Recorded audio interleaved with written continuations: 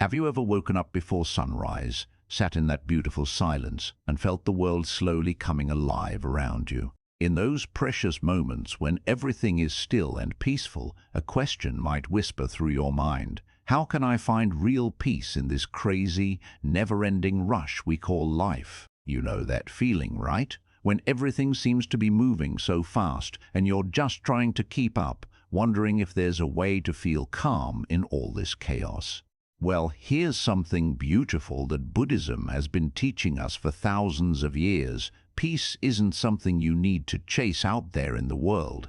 It's not hiding in some faraway place or waiting for you at the end of some difficult journey.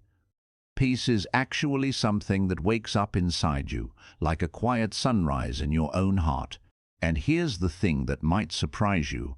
Everything that's truly meant for you will come to you exactly when your heart is ready to welcome it, just like a flower that only opens when the warm sun touches its petals at just the right moment. Today, I want to take you on a journey through some ancient stories and simple truths that reveal something powerful. Letting go doesn't mean becoming cold or shutting down your feelings. It's actually about freeing your heart from the exhausting habit of gripping too tightly to things. When we learn to let go, we can finally embrace what's right in front of us with open arms and a calm spirit. Real detachment, the kind that actually works, is freedom. It's the freedom to love without being paralyzed by fear, and to live without constantly aching for life to be different than it is. So come with me on this path of discovering what's already inside you. Together, we're going to explore how to bring these teachings into your everyday life, how to release what was never yours to hold, how to hold lightly the things that do come your way, and how to live each moment with deep awareness and genuine joy. Let me tell you a story that changed how I think about everything I own. There was once a monk who owned almost nothing. His only possession was a simple clay bowl. It wasn't pretty or expensive or special in any way, but he loved it because he used it every single day. He drank water from it in the morning, ate his rice from it in the evening. It was his one constant companion. One afternoon, while washing this bowl in a stream, it slipped right through his fingers. He watched it fall and shatter on the rocks below. The pieces floated away in the current, disappearing one by one. And you know what he did? He just stood there for a moment, then bowed his head and smiled. Actually smiled. A young student who saw this happen was completely confused. He rushed over and said, "Master, why are you smiling? You just lost your only bowl, the only thing you owned. How can you be happy about this?" The monk looked at him with such gentle eyes and said something profound. "I'm smiling because that bowl never really belonged to me in the first place. It was already broken, even before today. It was broken the moment it was made. Everything that exists is already broken, already on its way back to the earth. Now it's just returned home a little sooner than I expected." Think about that for a moment. Everything is already broken. Everything is already on its way to changing into something else. Now, letting go doesn't mean building walls around your heart or pretending you don't care about anything. It actually means the opposite. It means opening your heart even wider, but not clinging so desperately to the temporary nature of everything around you. We spend so much energy holding on, don't we? We grip our possessions, our relationships, our jobs, our plans for the future.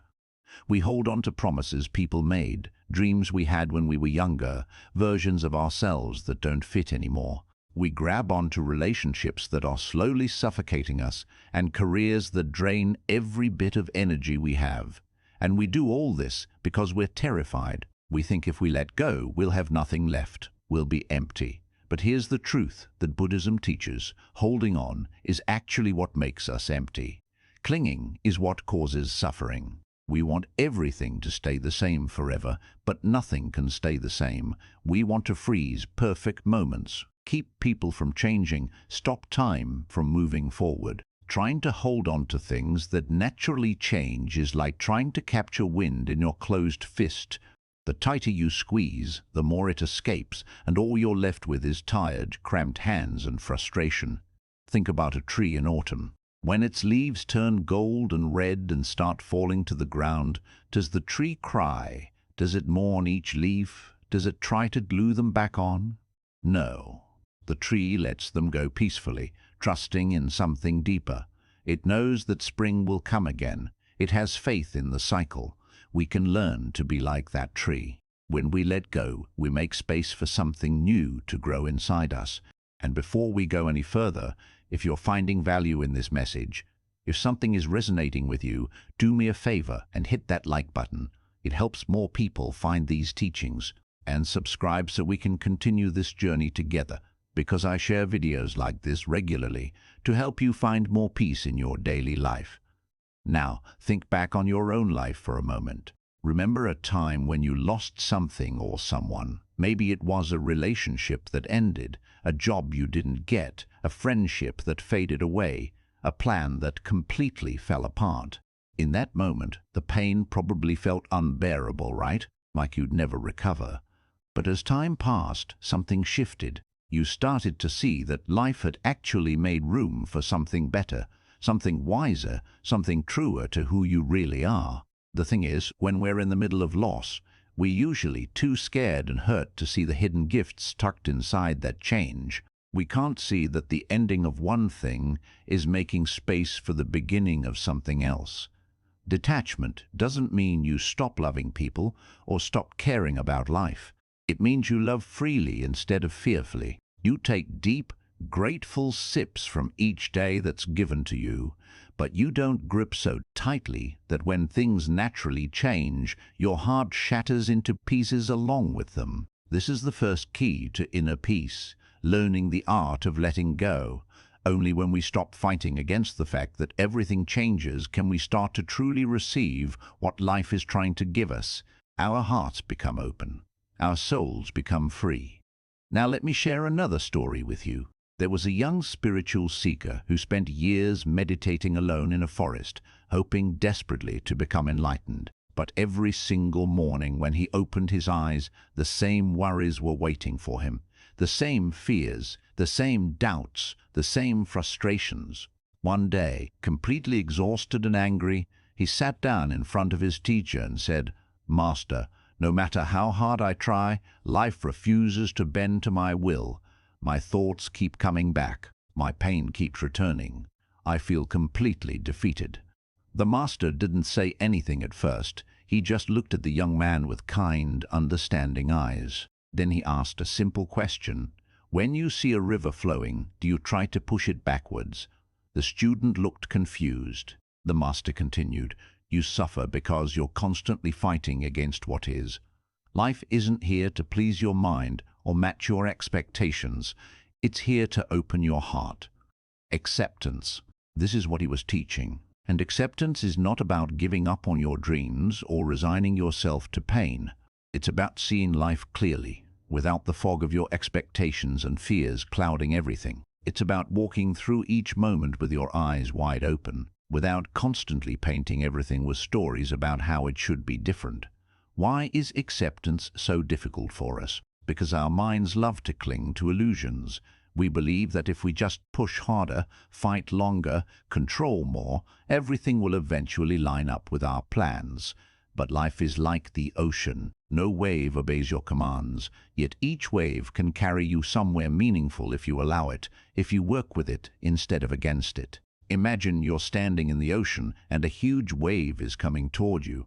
You have two choices. You can raise your fists and scream at the wave, demanding it stop, or you can dive beneath it, feel its power pass overhead, and then rise calmly on the other side. The wave doesn't care about your resistance. It's going to do what it does either way. But your response determines whether you get battered or whether you flow through it peacefully. Reality remains as it is, whether we accept it or not. But acceptance isn't passive surrender. It's actually a warrior's strength. It's the strength to see things exactly as they are and then decide wisely how to act. Think of a skilled gardener. She can't command the rain to fall, She can't force the sun to shine on schedule. She can't make seeds sprout faster by yelling at them. But what can she do? She tends to the soil with care. She pulls weeds. She prunes what has died. And she trusts that with patience and attention, her garden will bloom in its own perfect time. Or think about an archer. He draws his bow with perfect focus, aiming carefully at his target. But then the wind changes. It pushes his arrow off course. Does he rage against the wind? Does he shake his fist at the sky? No. He adjusts his stance. He studies the breeze. He learns to shoot with the wind's currents rather than fighting against them. This is how we can live.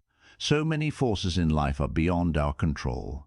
We can't control other people's choices, the economy, aging, illness or loss. But acceptance gives us the freedom to focus on what we actually can change, our intentions, our actions, our responses, the meaning we choose to find in difficult situations. Sometimes we're afraid that accepting reality means we've been defeated, that we're weak or we've given up. But the truth is the opposite. Acceptance gives us power. It releases us from exhausting ourselves by fighting shadows, by trying to undo what's already done. It opens up space to ask a much deeper and more useful question. Instead of asking, "Why is this happening to me?" we can ask, "What is this moment teaching me?" This simple shift in perspective transforms suffering into wisdom. Even the darkest nights are filled with stars, but we'll never see them if we're too busy resisting the darkness. And perhaps the hardest acceptance of all is accepting ourselves, our mistakes, our scars, our hidden fears and insecurities. We punish ourselves thinking harsh self-criticism will make us better people, but real transformation never comes from self-hatred. It grows from understanding and gentle, honest compassion toward ourselves. Like the monk who watched his bowl break and smiled, knowing it was never his to keep forever, we find peace when we accept that everything comes and goes as it must. In this quiet surrender, something beautiful is born. Trust. Trust that what is meant to stay will remain. Trust that what must leave will do so in its own time. And only in that trust can we finally rest in the deep, unshakable tranquility of the present moment. Now, let me tell you a story about trust and fate. In a small mountain village, there lived an old monk known throughout the region for his unshakable peace. One morning, while he was sweeping the temple courtyard, a villager came running up to him, completely out of breath and upset. "Master, master, have you heard? Your only cow has disappeared into the forest. This is terrible news. How will you have milk? How will you sell butter? What bad luck!" The old monk calmly set his broom against the wall, closed his eyes for a moment, and said with a gentle smile, "Good luck? Bad luck? Who can say? Only time will tell." The villager left, confused by the monk's calm reaction.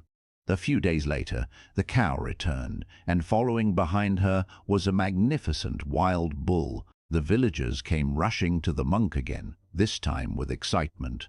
"Master, master, this is wonderful. Now you have two animals. You can plow more land. What amazing good luck!" The monk simply smiled and said, "Good luck, bad luck, who can say? Only time will tell." The next week, the monk's young disciple was trying to train the wild bull. The animal was strong and unpredictable, and during the training the disciple fell hard and broke his leg. Once again the villagers rushed to the monk. "Oh, master, this is horrible. Now your student can't help you with any work. What terrible bad luck!" And again the monk calmly replied, "Good luck, bad luck, who can say? Only time will tell." A few weeks passed. Suddenly, war broke out across the kingdom. Soldiers marched through the village, taking every young, healthy man to fight in the army. But when they saw the monk's disciple with his broken leg, they left him behind. He was spared from the war.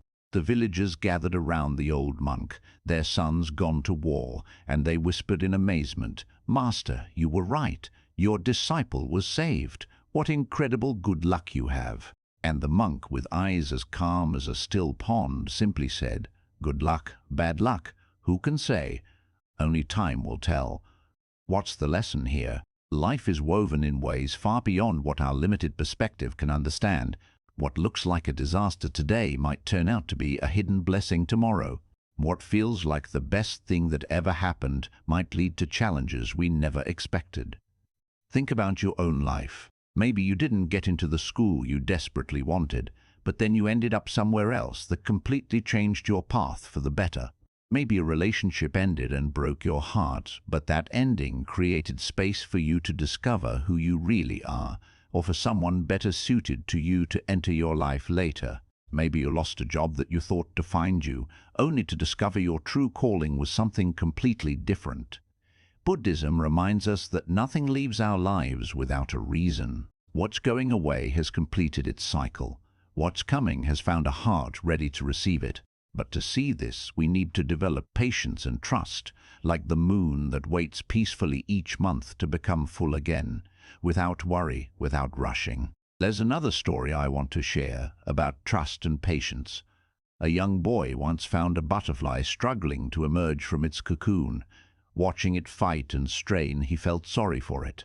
Wanting to help, he carefully cut open the cocoon with scissors to make it easier for the butterfly to get out. The butterfly did emerge more easily, but its wings were shriveled and weak. It never flew. It spent the rest of its short life crawling on the ground. What the boy didn't understand was that the struggle against the cocoon was necessary. That struggle was what forced fluid into the butterfly's wings, making them strong enough to fly. By removing the struggle, the boy had actually crippled the butterfly. How often do we do this in our own lives? We get tired of waiting. We try to force open doors that aren't meant for us yet. We want answers before the questions are fully formed. We demand results before the process is complete. But wisdom takes time. Growth happens on its own schedule, not ours. Trusting life doesn't mean sitting back and doing nothing. It means working on what's truly within your control. Like a farmer with his crops. He plants the seeds, waters them, pulls the weeds, protects the young plants. But he doesn't grab the shoots and pull them upward to make them grow faster.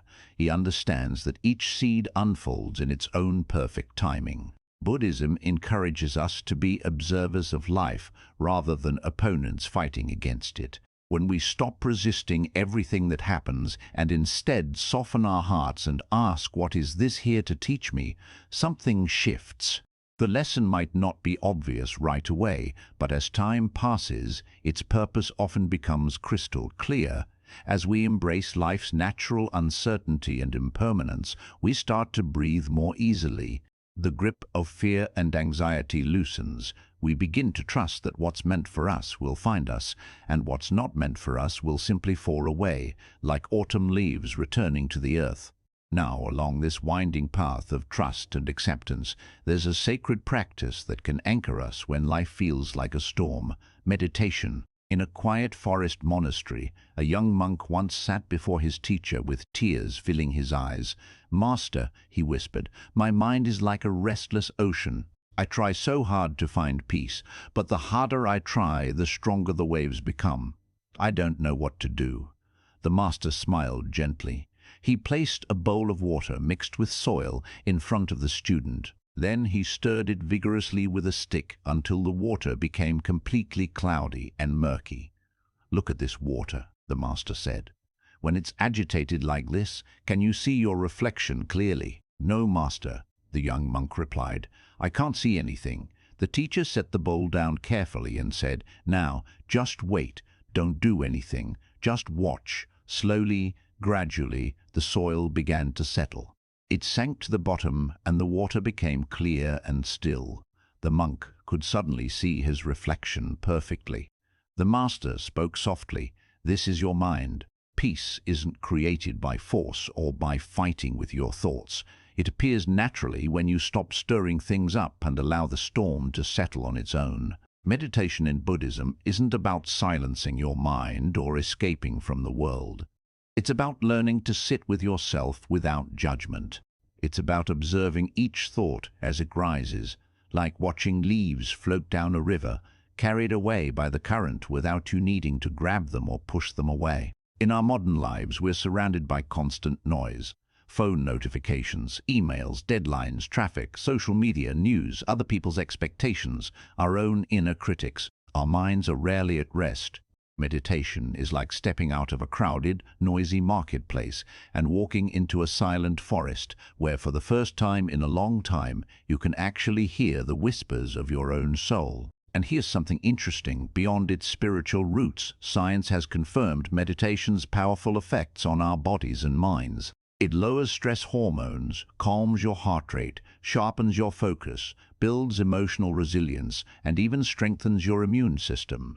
But its deepest gift is spiritual. Meditation reminds us of impermanence in the most direct way. When we sit quietly and simply observe our breath, we see clearly that everything arises and passes away. Thoughts come and go like drifting clouds.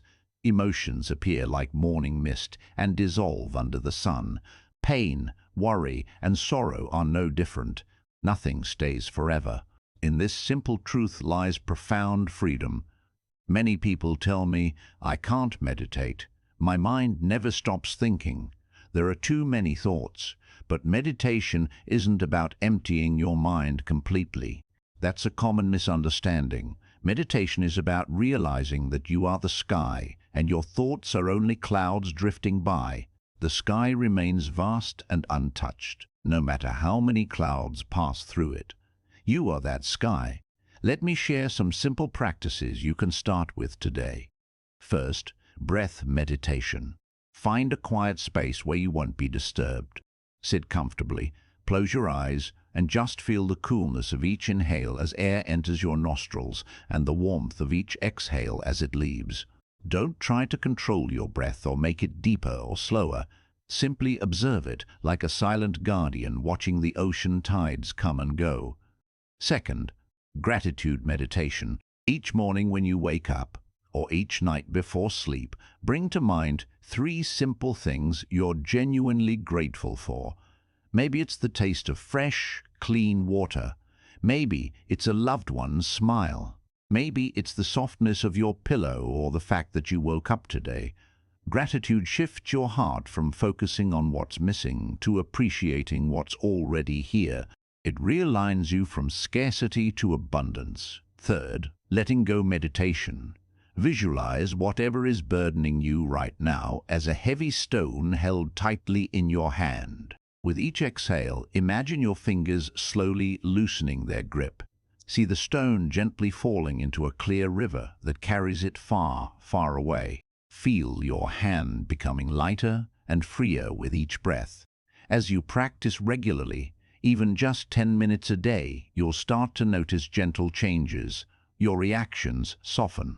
The chaos of life feels less overwhelming. Moments become richer and more alive. You stop living entirely in your head, worrying about the future or replaying the past, and you start actually experiencing the present. Meditation teaches us to be fully here, right now, and in that presence we discover a power much greater than control. We discover the power to surrender gracefully to life's natural flow. And that brings us to one of the most important lessons, letting go of control and learning to flow with the universe. By the banks of a quiet river, a master and his students stood watching the water glide smoothly over stones. Morning mist rose gently around them. The student, frustrated and confused, finally asked, "Master, how can I possibly find peace in a world that refuses to follow my plans? Everything feels chaotic and out of control." The master gestured toward the river's gentle current and said, "See how the water flows? It doesn't resist the rocks in its path. It doesn't get angry at them or try to move them. It simply moves around them, embracing each twist and turn without complaint." That's how peace is found, by flowing with life rather than constantly struggling against it. We spend so much of our lives trying to control every detail, don't we? Our careers, our relationships, our health, our reputation, what other people think about us, what's going to happen tomorrow or next year. We tell ourselves that if we just plan enough, prepare enough, work hard enough, we can avoid all pain and guarantee happiness. But life is like that river. It's always changing, always moving with its own mysterious rhythm and flow. The more tightly we try to hold on to what we cannot control, the more we suffer. Buddhism teaches something radical. Peace doesn't come when everything is finally under our control. Peace comes when we release the illusion that it ever could be. Letting go of control doesn't mean giving up or becoming careless or lazy. It means understanding that we can give our very best effort, but the results are never fully ours to decide. We can love someone with all our heart, but we cannot make them stay. We can eat healthy food and exercise, but illness may still arrive. We can speak our truth honestly, but we cannot force others to understand us. Let me tell you a powerful story. There was once a man traveling along a narrow mountain path. Suddenly, his foot slipped, and he tumbled over the edge of a cliff. In sheer panic, he reached out and managed to grab the root of a small tree sticking out from the rocky cliffside. There he hung, dangling hundreds of feet above the ground, holding on for dear life. His arms began to ache. His fingers started cramping. He cried out desperately for help, but no one came. Hours passed. His strength was fading. His grip was weakening. Finally, exhausted and unable to hold on any longer, he let go. He surrendered. He released his grip, ready for death. And you know what happened? He fell about 3 feet and landed safely on solid ground that had been there all along, just below him, hidden from his view the whole time. How often do we live exactly like this man, holding on desperately to things that exhaust us, believing that letting go means certain disaster? We cling to jobs that drain every bit of our energy. We stay in relationships that slowly suffocate our spirit. We chase dreams that no longer match who we've become. We grip tightly to old versions of ourselves that don't fit anymore. We do all this because we're afraid. We fear that if we release these things, we'll fall into emptiness, into nothing. Yet so often, it's only in letting go that we finally discover the firm, solid ground that was supporting us all along. So how do we actually learn to let go? How do we cultivate this art of surrender? First, by accepting that uncertainty is simply part of life itself. There are no guarantees written anywhere. Nothing is promised. The real source of our fear isn't actually uncertainty. It's our resistance to uncertainty. Instead of resisting, we can choose to welcome each day with curiosity rather than fear. Try asking yourself each morning, what unexpected gift might life bring me today? Often what we initially see as problems are actually doorways in disguise. Losing a job might create the space for your true calling to finally appear. A painful heartbreak might crack open your heart so it can receive a love that truly honors your worth. Every ending carries within it the seed of a new beginning. Another way to practice letting go is to act without gripping tightly to specific results. Paint because you love the feel of colors, not because you're desperate for praise. Write because words set your spirit free, not because you need validation from others. Help someone because it fills your heart, not because you expect something in return. Think of children playing. They run and laugh and play just to feel the wind on their faces, just to experience the pure joy of being alive. We can learn to live with that same pure presence, that same freedom. Meditation supports this practice powerfully. It teaches us to watch our fears rise and fall like waves on the ocean without being swept away and drowned by them. It shows us clearly what we can actually influence and what lies completely beyond our reach. Letting go of control isn't passive surrender. It's the quiet, deep confidence that no matter what life brings, you have the inner strength to face it. It's trusting that the river of existence isn't carrying you toward destruction. It's carrying you toward growth, toward becoming more fully yourself. When we release our desperate need to control everything, life becomes softer, lighter, more spacious. Compassion begins to grow within us, not only toward the world, but toward ourselves. We start to forgive our own imperfections. We release the harsh, critical judgments we've been placing on our own hearts for so long.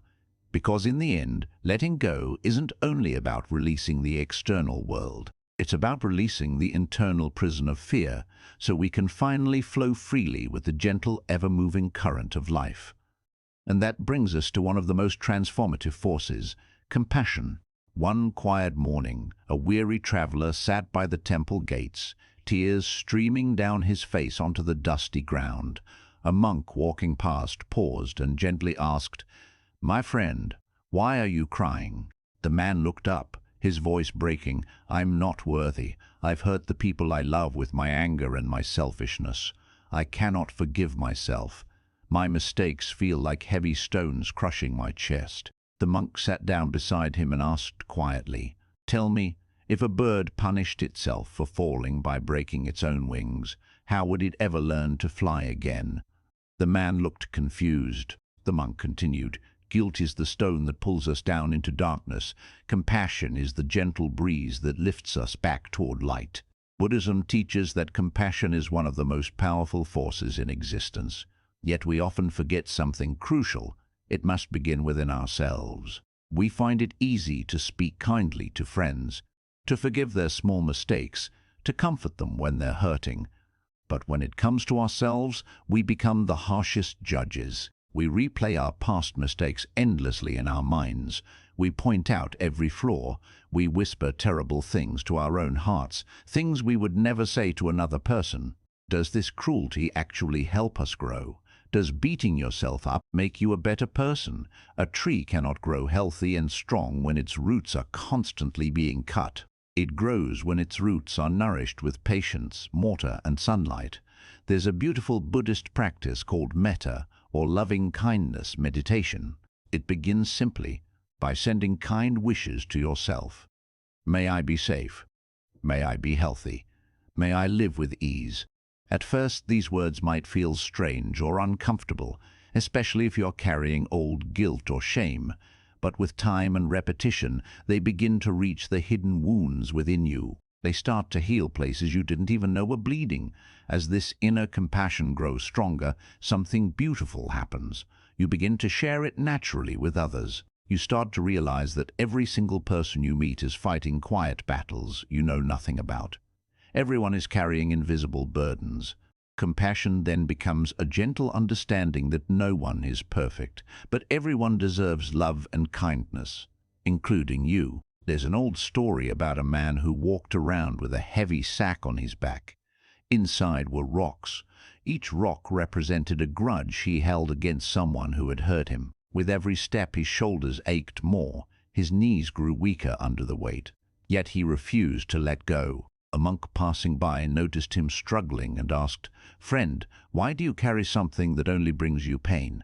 The man answered bitterly, "If I let go, they won't know how angry I am. They won't understand what they did to me." The monk said gently, "But they cannot see this burden you're carrying. People only see your actions, your face, your words. This anger you're holding, it's like gripping a burning coal in your hand, planning to throw it at someone who hurt you. But in the meantime, you're the one getting burned. Resentment and bitterness are like drinking poison and expecting the other person to get sick. They only hurt us. They keep old wounds open and infected, preventing us from moving forward with an open, peaceful heart. Forgiveness doesn't mean forgetting what happened. It doesn't mean excusing someone's harmful behavior or pretending it didn't hurt. Forgiveness means freeing yourself from the heavy chains of resentment, so your life can become lighter and your path easier to walk. But how can we possibly feel compassion for people who genuinely hurt us? It seems impossible sometimes, doesn't it? First, by understanding that people usually act from their own pain and limited awareness. Someone who causes harm is often operating from their own suffering, their own wounds, their own confusion. This doesn't excuse their behavior at all, but it helps us stop taking their actions so personally. Hurt people hurt people. Second, by giving ourselves the time we need to heal. Forgiveness isn't a single moment or decision. It's a gradual process of letting go, again and again, until the wound finally closes and heals with wisdom, instead of just leaving a bitter scar. Third, by understanding that compassion is not weakness, compassion is strength. It takes tremendous courage to forgive. It takes real bravery to release what hurts and consciously choose peace instead. When we begin to truly live with compassion, everything in our lives starts to shift. We move from reacting with fear to responding with love. Our hearts grow softer. Our words become kinder. Our very presence becomes a safe, peaceful space for ourselves and for others. Compassion isn't always about grand gestures. Sometimes it's simply pausing to take a breath before saying something harsh to yourself. It's gently placing a hand on your own heart when old guilt or shame appears, and whispering, "It's okay. You're still learning. You're human. You're doing your best." Through compassion, we discover a deep, unshakable peace within ourselves. And that peace naturally spreads outward, touching others, helping create a world with less suffering and more genuine love. So here we are, at the end of this journey we've taken together today. Remember this truth: life will always be uncertain. People will come into your life and leave it. Carefully made plans will fall apart. Dreams will change their shape and form. That's just how life works. But inside you, beneath all the noise and chaos and change, there's a quiet place, a still place, a place untouched by the storms of the world, a place of deep peace, trust, and silent strength. Every single time you choose acceptance over resistance, every time you choose compassion over harsh judgment, every time you choose presence over anxiety, you return home to your true self. You return to that quiet, peaceful place within. If today's message gave you any clarity or comfort, I invite you to reflect on which lesson touched your heart most deeply. Maybe write it down. Keep it close today as a gentle reminder of what you're learning and how you're growing. And if you'd like to continue growing on this path of peace and wisdom, please subscribe to Buddhism Focus. Every day we share timeless Buddhist teachings to help guide your life with calmness, courage, and compassion. Hit that like button if this video resonated with you, and turn on notifications so you don't miss the next one. There's a special bonus lesson waiting for you in our next video that will help you go even deeper on this beautiful journey of awakening. Until then, may you move through life like a gentle river, trusting its wisdom. May you walk each step with a peaceful heart. May you let go of what no longer serves you. May you hold lightly what comes, and may you live each precious moment with deep awareness and quiet joy. Thank you for walking this path with me today. Like and subscribe to Buddhism Focus for more videos like this that bring ancient wisdom into your modern life. Peace be with you, always.